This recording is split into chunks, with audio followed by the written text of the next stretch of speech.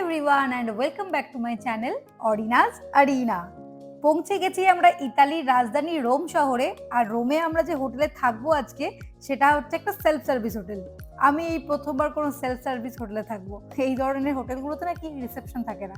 হোটেলের ভেতরে ঢোকা থেকে শুরু করে রুমের ভেতরে ঢোকা পর্যন্ত সমস্ত কিছু নাকি পাসকোড দেওয়া থাকে, তার মাধ্যমে ঢুকতে হয়। তো আমাদেরকে কিছু কোড পাঠিয়েছে, তো দেখি চলুন কিভাবে কি ঢুকতে হবে দেখাবো আপনাদেরকে। চলে এসেছি আমরা আমাদের রুমের সামনে, আর এই হচ্ছে আমাদের রুমের ভেতরের চাবির লকার।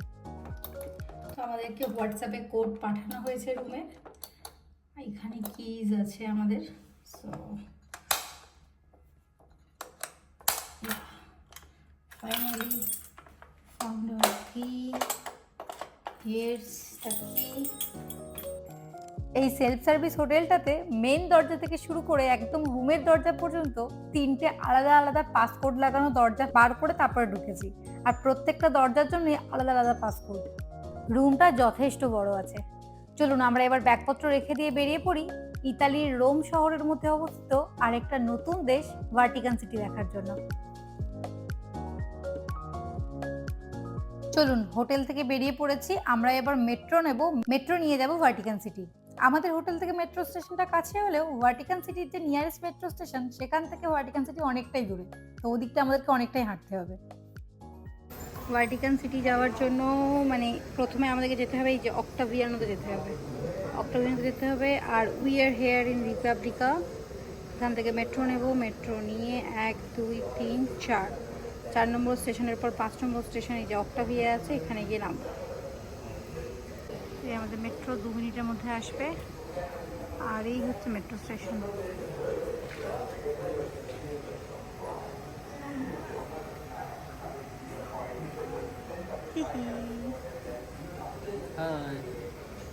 হাই কি বাচ্চা। আমাদের মেট্রো চলে এসেছে, আর কিছুক্ষণের মধ্যেই পৌঁছে যাব আমরা ভাটিকান সিটি। আমরা এখন দাঁড়িয়েছি পৃথিবীর সবথেকে ছোট দেশ, যার নাম হচ্ছে ভাটিকান সিটি। এই ভাটিকান সিটি দেশটা এতটাই ছোট যে অনেক সময় কোনো কোনো দেশের ছোট ছোট যে শহরগুলো হয় সেই শহরগুলো পর্যন্ত এই দেশের থেকে অনেকটাই বেশি বড়। এই ভাটিকান সিটি দেশটা এটা আছে কোথায়? এটা আছে হচ্ছে ইতালির একটা শহর রোম। রোমেরই একটা জায়গা জুড়ে এই দেশটা অবস্থিত। এই যে দেশটা আছে মাত্র জনসংখ্যা হচ্ছে 800 জন। আমাদের দেশের জনসংখ্যার মধ্যে যেমন আমরা প্রেসিডেন্টকে সবার ফার্স্ট সিটিজেন মনে করি, এই দেশের প্রথম সিটিজেন হচ্ছেন পোপ। পোপ এবং পোপকে সার্ভিস দেওয়ার জন্য যেসব মানুষজন আছেন তারাই হলেন এই দেশের নাগরিক। আমার সামনে যে চার্চটা আছে সেই চার্চটার নাম হচ্ছে সেন্ট পিটার্স ব্যাসিলিকা। এই চার্চটা হচ্ছে ভাটিকান সিটির একটা চার্চ। এটা শুধুমাত্র চার্চ নর্মাল চার্চ না, এটা ওয়ার্ল্ডের সব থেকে বড় চার্চ। তো চলুন এখন আমরা যাই এই সেন্ট পিটার্স ব্যাসিলিকার মধ্যে আর দেখি এর মধ্যে কি কি আছে। ইনি হচ্ছেন আজকের আমাদের গাইড। উনি আমাদেরকে একটা হেডসেট আর একটা রেডিও দিয়ে দিয়েছেন। এর মাধ্যমে উনি আমাদেরকে এই ভাটিকান সিটির হিস্ট্রি অ্যান্ড কালচার সম্বন্ধে বলবেন। আর ওনার হাতে থাকা এই পিঙ্ক ছাতাটাকে দেখে আমাদেরকে এগিয়ে যেতে হবে। সামনেই হচ্ছে ভাটিকান সিটি। আর দেখুন ভাটিকান সিটির ভেতরে যাওয়ার জন্য কি বিশাল লাইন। আর এই ভাটিকান সিটির একদম অপোজিটে এইদিকে হচ্ছে ইতালি দেশ। আর এই দুই দেশের মাঝখানে হচ্ছে এই গ্রিল লাগানো একটা বর্ডার। বর্ডারের ওই পারটা হচ্ছে ইতালি আর এই পারটা হচ্ছে ভাটিকান সিটি। এই যে আমাদের গাইড এখানে পিঙ্ক রঙের ছাতা নিয়ে দাঁড়িয়ে রয়েছেন। গরু চড়াতে গেলে রাখাল যেমন বারবার গরু গুনতে থাকে, উনিও বারবার আমাদেরকে সেরকম ভাবে গুনতে রয়েছেন। এগিয়ে চলেছি আমরা ভাটিকান সিটির ইতিহাস শুনতে শুনতে। এই রেডিওর একটা চ্যানেলে আমরা লাগিয়ে দিয়েছি। আর ওই যে উনি দূরে আছেন, উনি দূর থেকে গল্প বলছেন আর এখানে আমরা শুনতে পাচ্ছি। এই সেন্ট পিটার্স ব্যাসিলিকাতে যাওয়ার জন্য কিছু নিয়ম রয়েছে। সাধারণত সমস্ত রকম ধার্মিক স্থানে যাওয়ার জন্যই কোনো না কোনো নিয়ম থাকে। তো এখানকার নিয়ম হচ্ছে ছেলে এবং মেয়ে উভয়েরই হাঁটু এবং কাঁধ যেন অবশ্যই ঢাকা থাকে। সেটা এই যে এই জায়গাতেই চেকিং হচ্ছে, যদি সেটা ঢাকা না থাকে তাহলে ওনাদের কাছে কিছু কাপড় আছে, ওনারা সেই কাপড়টা দিয়ে দেবেন এবং সেটা পরেই ভেতরে ঢুকতে হবে। আমাদের দুজনেরই এই নিয়মটা জানা ছিল, কারণ আমরা যখন টিকিট বুকিং করাই সেখানে এই জিনিসটা মেনশন করা ছিল। আর আমাদের গ্রুপেও প্রত্যেকেই সেটা মেনটেন করেছিল।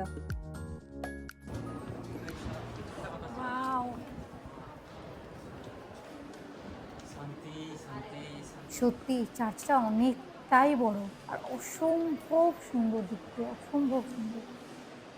দারুণ আর্কিটেকচার। এতগুলো বছর আগে উন্নত টেকনোলজি, উন্নত মেশিনারি ছাড়াই এত উঁচু একটা চার্চ বানিয়েছে। With a Bible in their hand, so that's why they're very recognizable.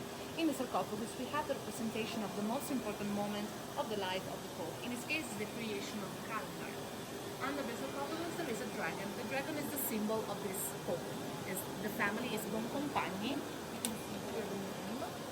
If you want to know the name of the artist, it's written on the shield of justice. To create this, Bernini was, of course, he needed a large amount of material. He needed the bronze, but at the উনি time, যে Italy ছবিটা was crossed দেখাচ্ছেন by war. ওটাই পেছনে God was রেনোভেশনে using আছে, the weapon. তাই ওটা দেখা যাচ্ছে না। Of the legend, the Pope Barberini told Bernini to steal the bronze from other parts of Europe, from other monuments of Rome. For example, from the Pantheon. Vergine Maria e dell'Apostolo Pietro vi benedica Dio Onnipotente, Padre, Figlio e Spirito Santo. Tra pochi minuti da questo altare চার্চে সবাই prayer করছে আর ওই যে yellow রঙের লাইটটা দেখতে পাচ্ছেন ওটা কিন্তু ন্যাচারাল লাইট, সূর্যের আলোর দ্বারাই ওটা আলোকিত হয়ে রয়েছে।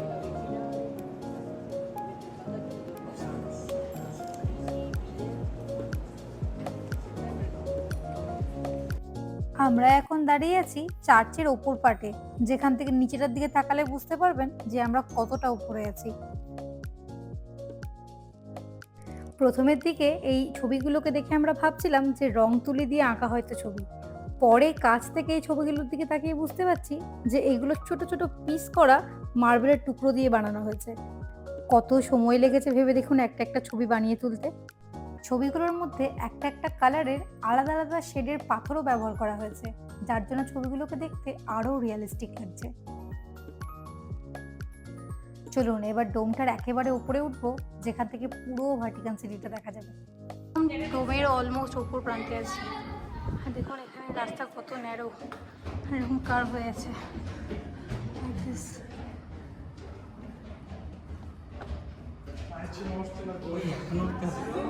এখন উঠতে হবে, দেখছি এই দেখো তো সেই কেমন ভাবে উঠছি আমরা।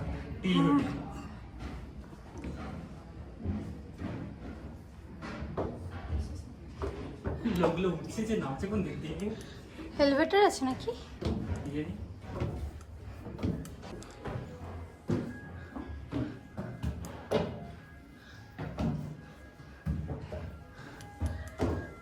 I think I should turn off the camera, otherwise I'm gonna fall. এরপরে একদম একটা ন্যারো সিঁড়ি আছে, একদম পাতলা একটা সিঁড়ি, আর এটাকে ওঠার জন্য এই সাপোর্ট আছে, যে রোপ, এই রোপ ধরে ধরে উঠতে হবে, এটাই হচ্ছে সাপোর্ট। মাই গড, কিন্তু আমাদের কি ওঠা উচিত? वापस जाने का भी रास्ता नहीं है।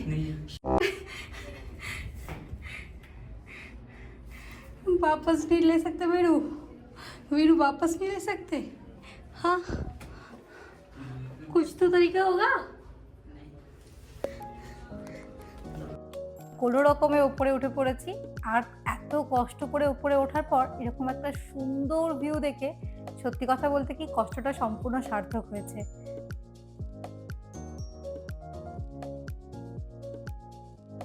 চলুন এবার ডোমের উপর থেকে নেমে নিচে যাই।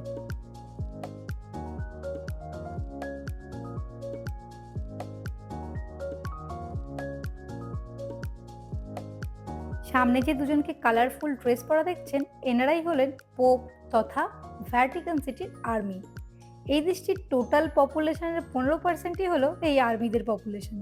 তবে এই দেশের আর্মি পদে চাকরি পেতে গেলে কিছু ক্রাইটেরিয়া আছে, তার মধ্যে একটা হলো অবশ্যই তাকে সুইজারল্যান্ডের বাসিন্দা হতে হবে, দ্বিতীয়ত তাকে ডেফিনেটলি ক্যাথলিক হতে হবে, তাকে অবিবাহিত হতে হবে এবং তার বয়স 19 থেকে 30 বছরের মধ্যে হতে হবে। তবে হ্যাঁ, আর্মি পদে যোগদান করার পর ওনারা নিশ্চয়ই বিয়ে করতে পারবেন এবং তার সাথে ভাটিকান সিটির নাগরিকত্বও পেয়ে যাবেন। চলুন এবার বর্ডার পার করে ইতালিতে যাই, তারপর ওখান থেকে মেট্রো নিয়ে আমরা যাব ট্রেভি ফাউন্টেন দেখতে। মেট্রো থেকে নেমে ট্রেভি ফাউন্টেন আর ভাটিকান সিটি দুটোর জন্যই প্রচুর হাঁটতে হয়েছে, অনেকটাই দূরে মেট্রো স্টেশন থেকে এই লোকেশনগুলো।